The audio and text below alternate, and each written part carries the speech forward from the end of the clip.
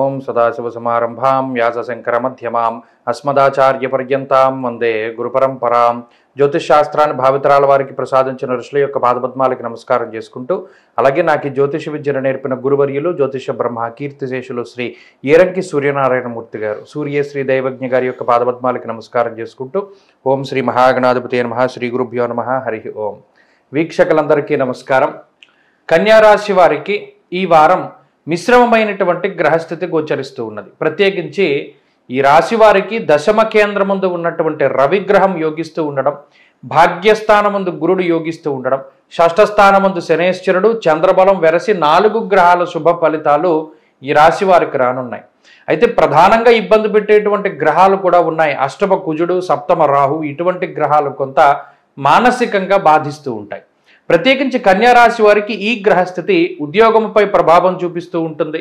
ఆర్థిక పరంగా, అలాగే ఆరోగ్యపరంగా, అలాగే పర్సనల్ లైఫ్ అనగా మీ యొక్క రహస్యమైనటువంటి జీవనం ఏదైతే ఉన్నదో దాంపత్య జీవనం, వాటిపై ప్రభావం చూపెడుతూ ఉంటుంది.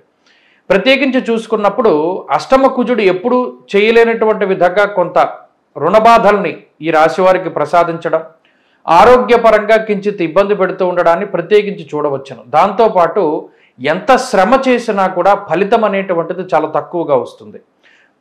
ఒక వ్యక్తి కోసం కానీ, ఒక సంస్థ కోసం కానీ, లేదా మరి ఏ ఇతరత్ర దేనికోసమైనా సరే మీరు ఎంతగా శ్రమ పడతారంటే ఇతరులు ఆ శ్రమని ఊహించరు. ఫలానా వ్యక్తి ఇంత కష్టపడ్డారా, దీనికోసం ఇంత త్యాగం చేశారా అనేటువంటి విషయాలు ఎవరు గుర్తించరు.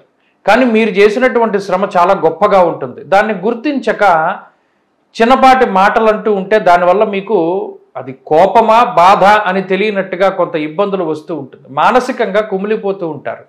కొన్ని విషయాలు ఎవరితో పంచుకోవాలో కూడా అర్థం కాదు. అయితే ఈ గ్రహ సంపత్తి వల్ల ఆర్థిక ఇబ్బందులు ఏవి కూడా ఈ రాశి వారికి లేవు. కానీ తగినటువంటి గుర్తింపు, తగినటువంటి గౌరవము, తగినటువంటి హోదా అనేటువంటిది మాత్రం ఈ రాశి వారికి పరిపూర్ణంగా రావడం లేదు. దానికి కారణం ఈ వారంలో ఉండేటువంటి గ్రహస్థితి.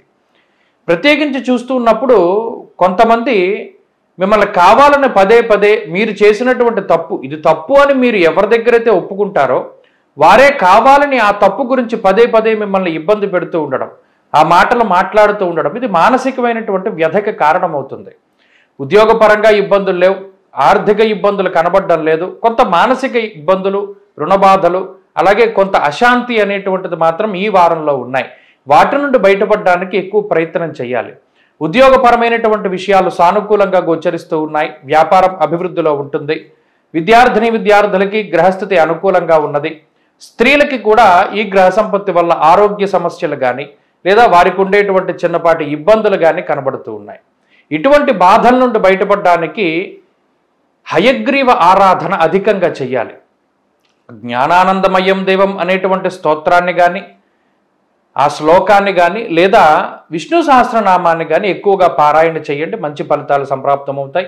ఈ వారంలో కలిసి వచ్చేటువంటి రోజు ఆదివారంగా చెప్పచ్చు. అదృష్ట సంఖ్య 2, అదృష్ట వర్ణము ఆకుపచ్చ. తదుపరి తులారాశి.